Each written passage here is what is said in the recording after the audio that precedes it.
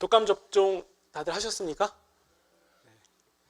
아이들에게 예방접종 맞추는 거 이게 쉬운 일이 아니더라고요. 그래서 부모님들은 대체로 거짓말을 안 할 수가 없습니다. 하나도 안 아파. 근데 안 아플 수가 없거든요. 어른들 중에도 반을 싫어하시는 분들 계셔서 주사 맞는 거 되도록이면 안 하려고 하시는 분들 꽤 많거든요. 사실 꽤 많은 정도가 아니라 우리 중에 주사 맞는 거 좋아하는 분 계십니까? 네, 아무도 없죠. 근데 싫은데도 그냥 참고 하는 거잖아요. 그러니까 이제 아이들에게 주사를 맞출 때에는 이 불리한 얘기를 하면 안 됩니다. 아프다는 얘기는 일단 빼야죠. 그리고 아주 잠깐이라고. 그리고 다른 애가 맞고 울기라도 하면 귀라도 막아야죠. 그래서 불리한 것은 다 빼고 그냥 제 생각에는 이게 제일 나은 것 같아요. 딱 1초만 참으면 된다고. 1초만 딱 참으면 끝나는 거니까 그것만 참자 이렇게 말하는 게 가장 현실적인 것 같은데, 아무튼 불리한 얘기는 일단 다 빼는 게 좋습니다. 군입대를 앞두고 있는 청년에게도 마찬가지예요. 군대 가면 얼마나 많이 두드려 맞니, 혹은 얼마나 괴롭힘을 많이 당하니, 물론 지금은 없지만 그런 얘기는 굳이 할 필요가 없죠. 나 때는 이랬다 이런 얘기도 굳이 할 필요 없죠. 그냥 남자들이면 다 가는 거고, 시간 빨리 간다더라 라는 거짓말도 좀 해야 될 것 같고, 아니면 요즘 군대는 핸드폰도 준다, 옛날 같지 않다, 월급도 많이 준다 라는 그렇게 큰 위로도 되지 않지만 그나마 그냥 괜찮은 얘기 좀 하는 게 더 좋은 것 같습니다. 근데 이런 관점으로 볼 때에 오늘 본문은 불편한 부분이 있습니다. 어디냐면 2절이에요. 2절 보시면 굉장히 짧은데, 요한의 형제 야고보를 칼로 죽이니. 우리가 오늘 5절까지만 짧게 봤지만 사실 뒤까지 더 많이 읽어야 되거든요. 시간상 5절까지만 봤는데, 이 뒤를 보면 어떤 얘기가 나오냐면, 이 베드로도 옥에 갇히잖아요. 그리고서는 이제 교회는 기도하는데 그 뒷얘기를 보면 천사가 나타나서 옥에 갇힌 베드로를 끄집어내요. 근데 베드로가 이 꿈인지 생신지 이게 파악이 안 될 정도로 이상한 환상같이, 이게 환상인가? 라고 착각이 드는 것 같은 현실을 보는데, 결국에는 이 기적이 일어나서 문이 열리고 베드로가 나오게 되는 일을 경험하게 되거든요. 그러니까 우리는 이 12장을 사실 쭉 가만히 읽어보면 우리에게 가장 기억에 남는 부분은 베드로가 그 옥에서 풀려났다. 근데 그냥 풀려난 게 아니라 천사가 문을 열어줬고 잠자고 있던 베드로를 깨워서 데리고 나온 거다. 이런 부분들이 좀 더 우리 인상에 남거든요. 네. 근데 우리가 이 초대교회, 이 사도들이 세운 교회의 성도들이라고 한번 생각을 해봅시다. 막 느낌에는 교회가 굉장히 힘있게 성장하는 것 같았어요. 물론 이렇게 구제를 할 때 조금 문제가 생긴 부분은 있지만 그것 때문에 7집사를 세웠잖아요. 그리고 7집사가 이 펼치는 맹활약은 이 교회에 굉장히 자신감이었고 자랑이었고 기쁨이었어요. 굉장히 큰 힘이 됐죠. 근데 그러다가 스데반 집사가 이 죽임을 당하는 일을 겪게 됩니다. 이건 사실 굉장히 충격적인 일이었어요. 왜냐하면 스데반 집사가, 성경 구절 그대로 읽어드리면, 스데반이 은혜와 권능이 충만하여 큰 기사와 표적을 민간에 행했다. 그러니까 스데반이 일반인들은 좀처럼이 아니죠. 그냥 할 수 없는 기적을 일으킨 사람이니까 이 교인들이 볼 때에는 성령께서 완전히 붙들어서 능력을 행하시는 뭔가 특별한 사람처럼 보였을 수도 있잖아요. 근데 그가 죽임을 당했다? 이건 굉장히 충격적인 일이에요. 성령께서 정말 확실히 함께 하시는 저 사람이 죽었다? 근데 이건 너무 충격이죠. 그러면 이런 생각이 들었을 수도 있을 것 같아요. 성령님께서 저 위험한 상황을 좀 구해주시면 안 되나? 피하게 해주셨을 수도 있을 텐데 왜 그냥 저렇게 두셨을까? 스데반 집사는 자신들을 향해서 돌을 던지는 자들에게 주 예수여 내 영혼을 받으시옵소서라고 고백하고, 그리고 저들의 죄를 저들에게 돌리지 말아 주십시오라고 고백합니다. 물론 그 스데반의 모습에서 십자가에 달리신 예수님의 모습이 고스란히 드러났고, 그것은 우리 하나님께 영광이 되었잖아요. 그리고 그는 자기가 운명하는 그 순간에 하나님 우편에 서 계신 예수님을 목도하게 되는 그 영광을 경험하기도 합니다.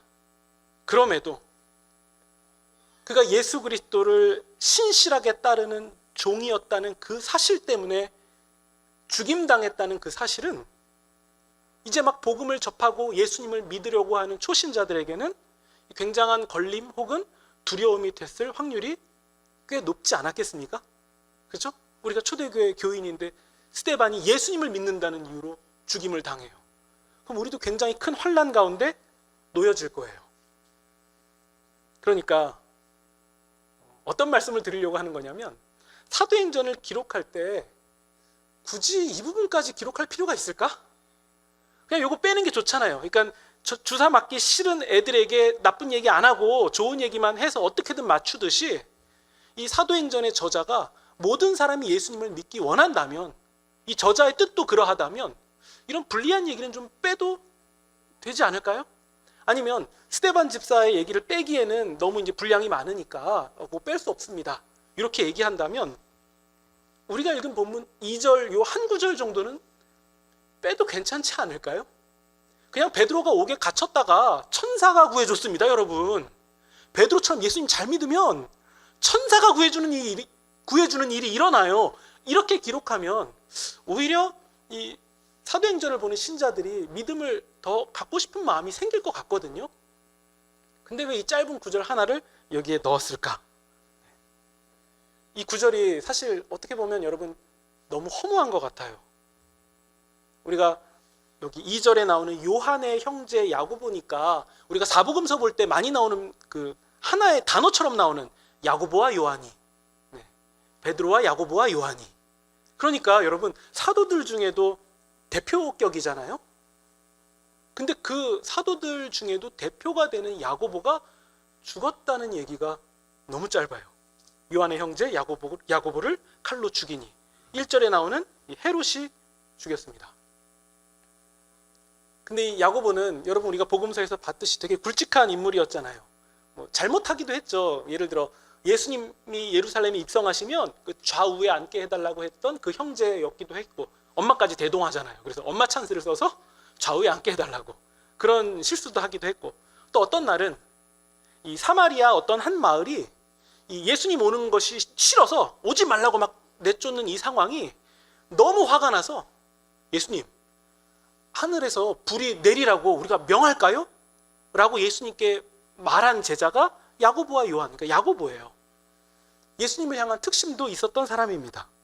그리고 예수님께서 변화산에서 엘리야와 이 모세와 함께 계신 장면을 직접 목격한 세 사람 중에 한 사람이 야고보예요. 베드로, 야고보, 요한이 그 장면을 봤거든요.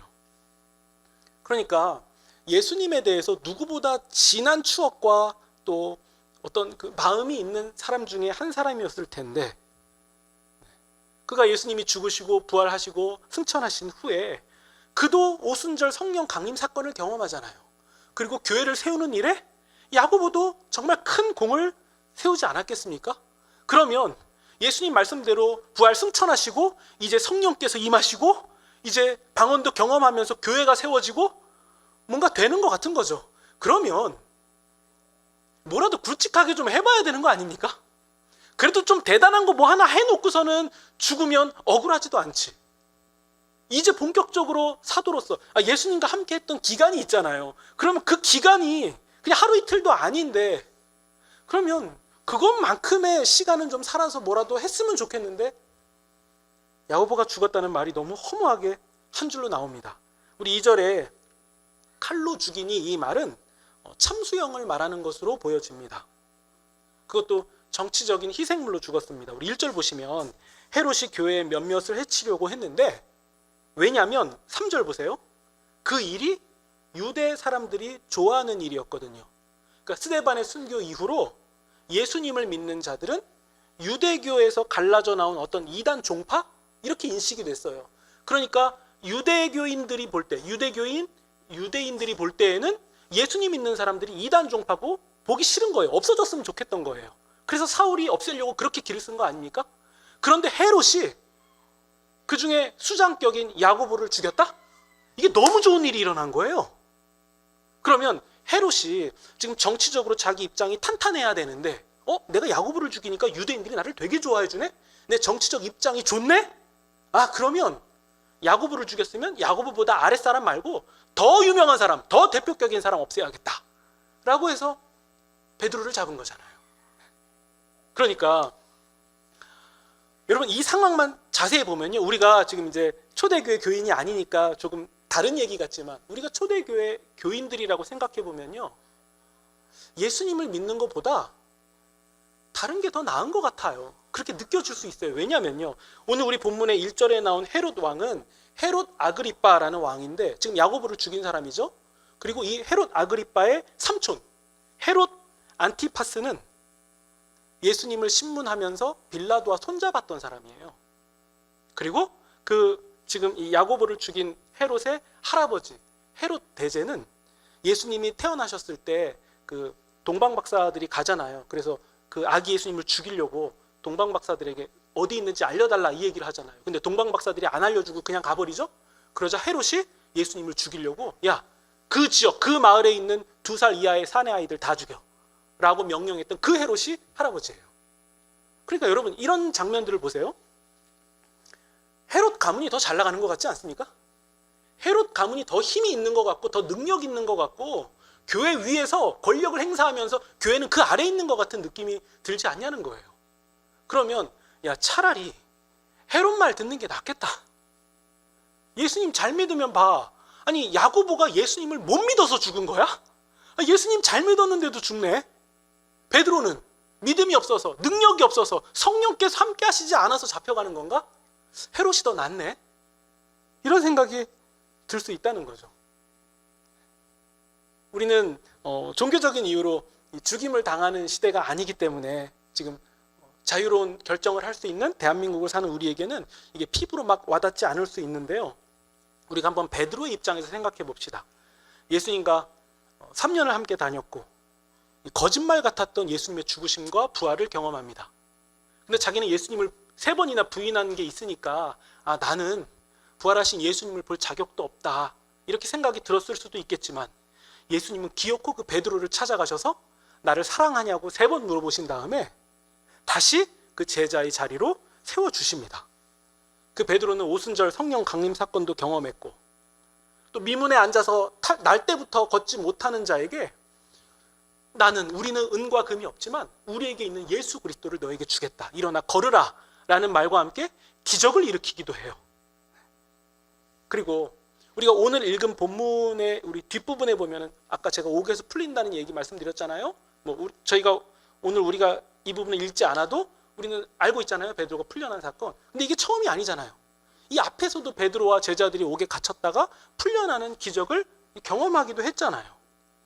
근데 그런 그에게 2절에 나온 것처럼 야고보가 칼로 죽임을 당했다는 것은 이전에 내가 어떤 놀라운 경험을 한 것과 그런 경험들, 기억들은 상관없이 그냥 당장 내 눈에 앞에 보이는 이 사건이 너무 크게 와닿지 않을까요?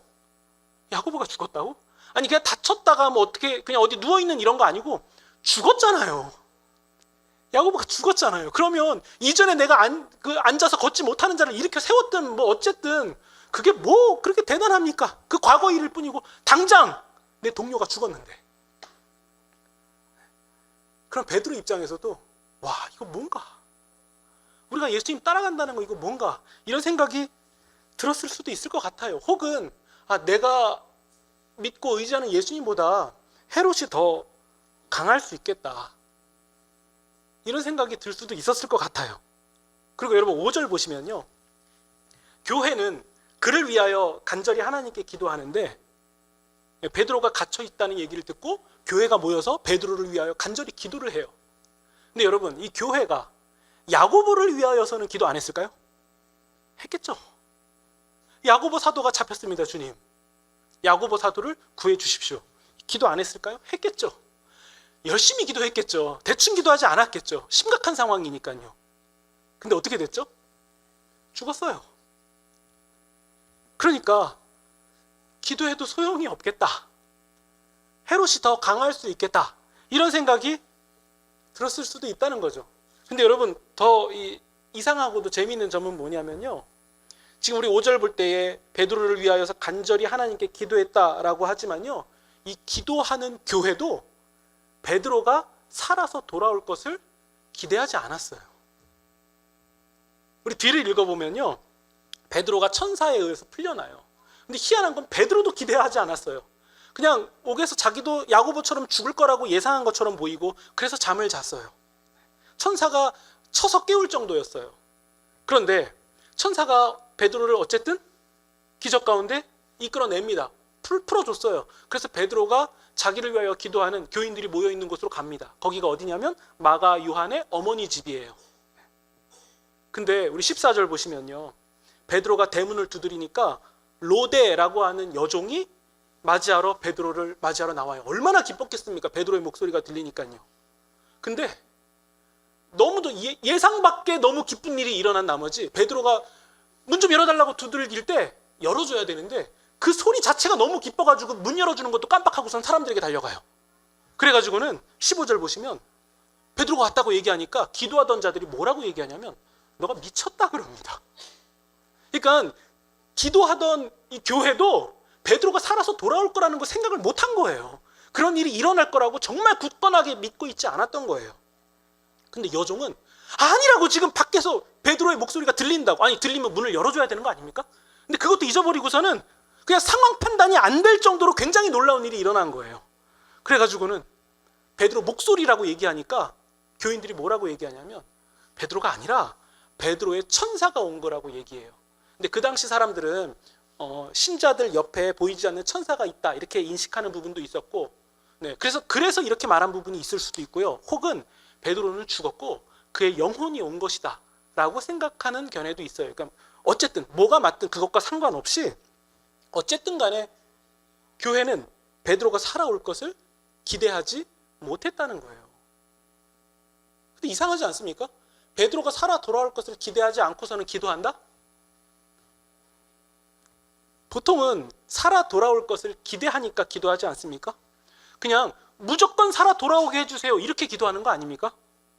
근데 기도해도 야고보가 죽었으니까 현실을 봤잖아요.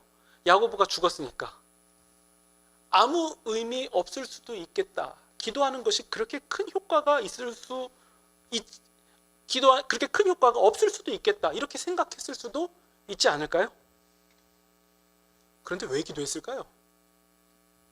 기대하지도 않았고 베드로가 살아 돌아왔는데도 베드로가 아닐 거라고, 살아 돌아온 거 아닐 거라고 말했다는 것은 굉장히 큰 좌절감도 있었을 것인데 왜 기도했을까요?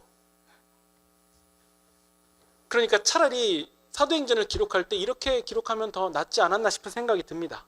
스데반 집사가 순교당하는 장면 빼고 야고보가 죽었다는 기록도 사실 한 줄이니까 그냥 그 정도는 살짝 빼도 괜찮을 것 같고, 그리고 베드로가 경험한 기적도 뒤에서 교회가 전심을 다하여 기도하니까 하나님께서 감동하셔서 그 일을 이루어 주셨다. 이렇게 기록하면 더 유리하지 않을까요? 근데 사도행전의 저자는 왜 이런 부분을 다 빼지 않고 이것을 다 세세히 기록하고 있을까요? 그러면 이 부분을 기록해서 독자들에게 전하고자 하는, 후대의 신자들에게 전하고자 하는 바는 무엇이었을까요? 저는 이런 생각이 듭니다. 옥에 갇힌 베드로에게 진짜 깜짝 놀랄 만한 기적이 일어났습니다. 이거 아닌 것 같아요. 왜냐하면 그거에 기뻐하기에는 야고보가 죽었어요. 혹은 예수님 잘 믿으면 예수님이 이렇게까지 지켜주신다? 이걸 말하고 있는 것도 아닌 것 같아요. 그리고 교회가 전심을 다해서, 정말 전심을 다하여 기도하면 하나님께서 감동해서 이루어주신다. 이걸 말하고 있는 것도 아닌 것 같아요. 물론 모든 100% 다 그래요 이건 아니라 다른 부분에는 그런 부분도 있겠지만 오늘 본문은 그걸 말하고 있는 게 아닌 것 같아요. 그러면 만약에 정말 조금이라도 기대한 게 있었으면 베드로 목소리라고 했을 때 달려 나와야 되는 거 아닙니까? 그것도 없었잖아요. 그러니까 저는 오늘 본문은 그냥 우리가 오랜 신앙생활을 하면은 그냥 무의식적으로 나오는 생각처럼 그냥 주님 잘 믿으면 기적도 일어나고 기도 응답도 이루어진다 이렇게 받기보다도 그냥 본문이 말하는 그냥 그대로를 받으시는 게 좋은 것 같아요. 잡혀 죽은 야고보도, 그리고 기적을 경험한 적이 있지만 지금 그걸 기대하고 있지 않은 베드로도, 그리고 기도해도 야고보처럼 베드로도 죽을 수 있겠다라고 생각한 교회도 그냥 예수님을 따라간 거예요. 그냥 따라간 거예요. 그러니까 뒤에 뭔가 해피엔딩 같은 거 안 만들어도 괜찮아요. 그냥 간 거예요. 그냥. 잘 안 되고 고통과 고난이 그리고 역경이 충분히 예상이 됨에도 불구하고, 그런데도 그들은 그걸 뻔히 알면서도 그냥 예수님을 끝까지 따라가고 있었습니다. 그냥 이거 하나 말하고 있었던 거죠. 그러니까 우리가 해피엔딩이 일어나야 돼, 예수님 믿는다는 것은 뒤에 어쨌든 해피엔딩이 있을 거야 라고 정해놓고서는 우리 주님을 거기에 끼워 맞추는 게 아니라, 그냥 본문이 말하고 있는 것이 무엇인지 그거 하나를 보았을 때, 해피엔딩이 없어도 오히려 최악의 결과가 우리 앞에 기다린다는 게 뻔하다 할지라도 그냥 예수님 믿고 가는 것이 그거 의미 없는 거 아니구나, 이걸 발견하시는 게 훨씬 더 중요한 것 같습니다. 여러분, 제가 지난번에 이런 예를 한번 든 적이 있습니다. 일본이 우리나라를 불법으로 침략했을 때 그냥 하라는 대로 창씨개명도 좀 하고 신사참배도 좀 하고 일제가 하자는 대로 그냥 잘 순응하면 큰 문제 생길 거 그거 막을 수 있는 거잖아요. 그냥 그럭저럭 지나갈 수 있는 거잖아요. 고통당할 일도 없고 순사들이 총칼을 들고서는 쳐들어오는 일도 안 만나도 되는 거고, 그냥 현실적으로 뻔히 계산되는 거, 그냥 말 잘 들어주면 간단하게 끝날 일 아닙니까? 근데 왜 저항하죠?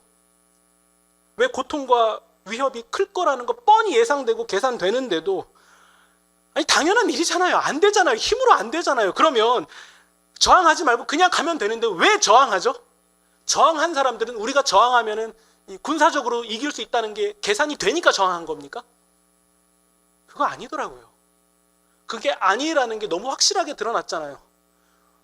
꿈처럼 광복의 날이 왔을 때에 이거 진짜인지 꿈인지 생신지 잘 몰랐다 그러잖아요. 이거 정말 사실인지 몇 번을 확인했다 그러잖아요. 그거 안 일어날 것만 같은 현실이었는데, 근데 여러분 그렇게 해봐야 별 이득이 없다는 게 뻔히 계산되고 예측됐는데 왜 그랬죠? 아니 사실 이런 질문이 그냥 무색할 정도로 사실 그들은 그냥 다 알고 한 거예요. 이렇게 덤볐다가는 소위 사람들이 말하는 개죽음 당할 거라는 거 알면서도 그게 계산이 되는데도 그냥 한 거죠. 그냥 한 거예요. 아무 이유가 없더라고요. 그냥 한 거예요. 근데 그들이 살아간 그냥 그런 삶이 아직 여전히 대한민국의 주권의 불씨가 꺼지지 않았다고, 그리고 그렇게 버티고 저항하는 그들이야말로 일본인이 아니라 조선인이라는 사실을 드러내고 있었던 거예요. 근데 여러분, 그게 뭐 그렇게 실익이 있겠습니까? 그게 뭐 그렇게 실익이 있겠습니까? 보면 실익을 누리는 사람은 적당히 맞춰 가다가 광복도 경험한 사람들 아닙니까?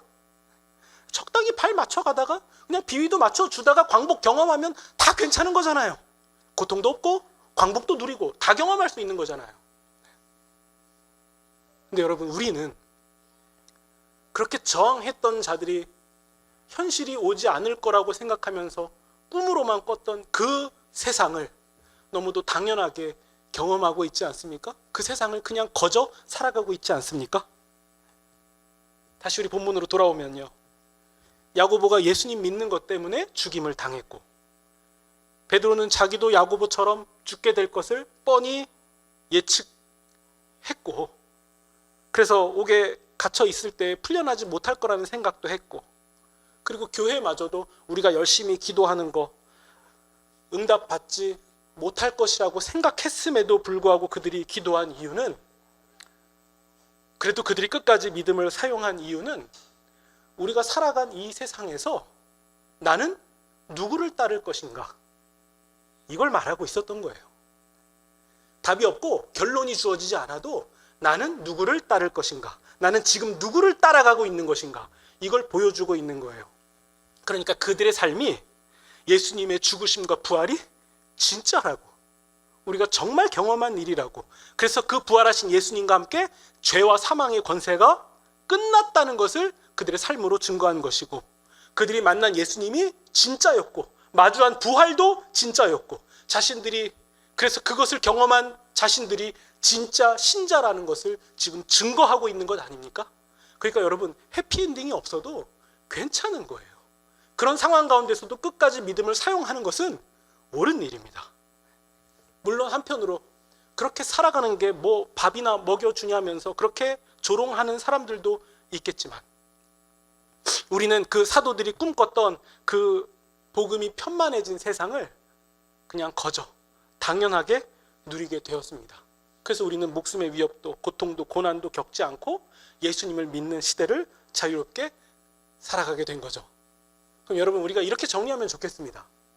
믿음의 목적은 무엇입니까? 우리가 믿음을 가지고 살아가는 목적은 무엇입니까? 해피엔딩입니까? 저는 목사로서 여러분의 삶 가운데 해피엔딩이 정말 일어나면 좋겠고, 요행도 일어나면 좋겠고, 정말 대단하고 그럴싸한 거 하나씩 정말 일어났으면 좋겠습니다. 그런데도 제가 말할 수 있는 것은, 근데 그게 우리의 믿음의 목적이 아니에요. 아니에요. 우리의 믿음의 목적은 지금 믿음을 가지고 살아가는 우리의 삶을 통해서 내가 지금 누구를 따라가고 있는가, 이것을 드러내는 것, 이게 목적이죠. 우리가 누구를 따라가고 있느냐, 이것은 다른 말로 하면 우리의 왕이 누구시냐라는 고백이고, 그러면 그분의 백성은 누구냐라는 대답이 되는 것이고, 그 왕께서 그분의 백성을 위해서 무엇을 하셨느냐, 이것에 대한 대답이 되는 거예요. 그러니까 여러분, 우리가 얻을 것도 기대할 것도 없는 나의 삶에서 여전히 믿음을 가지고 살아가고 있는 우리는 잘하고 있다는 것을 우리가 놓치지 않고 기억하시면 좋겠습니다. 여러분, 바랄 수 없는 중에 바라고, 믿을 수 없는 중에 믿는 것은 요즘 세상의 말로 하면 그 미련한 거예요. 미련하다라고 그런 말을 우리가 들을 수 있을 것 같아요. 그럼에도 여러분, 십자가의 도가 멸망하는 자들에게는 미련한 것이고, 구원을 받는 우리에게는 하나님의 능력이라는 그 말씀이 오늘 우리에게 남다르게 다가오면 좋겠습니다. 여러분, 야고보처럼 죽을 것이 예상된 베드로가, 여러분 뒤를 더 읽으면 좋겠지만 한번 집에서 차근차근 읽어보세요. 베드로가 잠을 잤어요. 천사가 쳐서 깨우기까지 그가 곤히 잠을 잘 수 있었던 것은 그 오래전 예수님과 함께 풍랑이 있는 배를 탔었다는 기억, 그렇게 심하게 흔들리는 그 배에 예수님도 함께 타고 계셨다는 그 기억이 있었기 때문이에요. 베드로가 그 기억이 있었기 때문에 지금 풍랑이 또 일어서 고통스러운 이 상황을 견딜 수 있지 않았을까. 그 배에서 곤히 주무시고 계신 예수님을 향해서 믿음 없었던 제자들은, 믿음 없었던 베드로와 야고보는 예수님, 우리 죽을 것 같은데 지금 어떻게 주무시고 계십니까? 라고 얘기하면서 예수님을 깨웠거든요. 근데 오늘 우리가 읽은 이 본문을 보면 야고보는 곤히 주무시는 예수님처럼 잠에 들었고, 베드로도 그 예수님처럼 곤히 잘 수 있었다는 사실을 우리가 확인할 수 있습니다. 여러분, 우리가 예수님을 믿고 살아가는 이 삶을 통해서 우리도 곤히 잠을 잘 수 있는 삶이면 좋겠습니다. 우리의 험난하고 이 파도가 언제든지 우리를 덮쳐서 죽을 것 같은 이런 삶 가운데서도 예수님과 함께 이거 아무것도 아니라는 진정한 사실을 보게 되면서, 그래서 우리도 평온하게 이 삶을 지나갈 수 있는 사람들이면 좋겠습니다. 여러분, 그게 바로 믿음이죠. 그러면 우리가 믿음을 가지고 지금 살아가고 있는 것, 나는 누구를 따르고 있느냐, 그러니까 우리의 왕이 누구시냐, 그리고 우리가 그분의 백성이라는 이런 사실들이 우리 가운데 더욱 확고해지면 좋겠습니다. 잘 가고 있는 거예요. 행여나 우리 삶에 요행도 없고 남들에게 자랑할 만한 일이 일어나지 않는다 할지라도 우리가 우리의 삶에서 믿음을 여전히 사용하고 있고 붙든다는 것은 옳은 일이에요. 잘하고 있는 거예요. 그러니까 흔들리지 않으시면 좋겠습니다. 베드로도 죽음이 두려웠어요. 그러니까 예수님이 너 죽을 거다. 너 죽을 거다라고 말씀하실 때, 너 나를 따르는 길은 죽는 길이다라고 말씀하실 때 베드로도 아니 그러면 예수님 저 죽으면 예수님 옆에 있는 이 사람은 어떻게 됩니까? 라고 걱정됐던 사람이에요. 근데 그 걱정했던 사람이 야곱의 죽음을 봤으면 몸을 사려야 될 것 같은데 그가 곤히 잠을 잘 수 있었던 것은 예수님이 제자들에게 당부하신 바로 그 말씀. 요한이 죽든 살아있든 너와 무슨 상관이 있냐? 너는 지금 너의 그 삶으로 나를 따르라 라고 하신 그 말씀대로 베드로는 갔기 때문에 그래서 그는 곤히 잠을 잘 수 있었던 겁니다. 여러분 우리의 삶에서 중요한 게 무엇입니까? 우리를 부르신 예수님을 향해서 지금 주어진 이 삶, 나의 형편, 나의 상황 가운데서 믿음을 사용하여서 끝까지 가는 거예요. 그거 당연한 얘기죠 라고 말씀하실 수 있겠지만 우리는 당연하지가 않아요. 자꾸 주변이 보여요. 나는 잘 가고 있는데 주변에 보이는 것 때문에 나는 흔들려요. 그러니까 믿음의 길이 재미가 없는 거예요. 요행이 생겨야죠. 요행이 있어야 나의 믿음이 옳은 것 같잖아요 주님이라고 말할 수 있어요. 근데 여러분들이 그런 생각이 드는 건 당연한 건데 우리는 이런 게 하나도 없습니다. 우리가 믿음을 사용해서 끝까지 가는 길은 요행으로 판단될 것이 아니라 우리를 부르신 우리의 인생 그 너머에 우리를 부르고 계신 예수님 그 한 분으로 우리의 믿음이 결정되는 겁니다. 그러니까 여러분 우리가 그 끝을 보시고 예수님을 향해서 힘있게 나아가시며 주변이 아니라 우리의 삶 끝에 있는 예수님을 보고 우리의 믿음과 우리의 삶이 존귀하다는 것을 발견하시는 그런 저와 여러분이 되시기를 우리 구주 예수님의 이름으로 축원드립니다.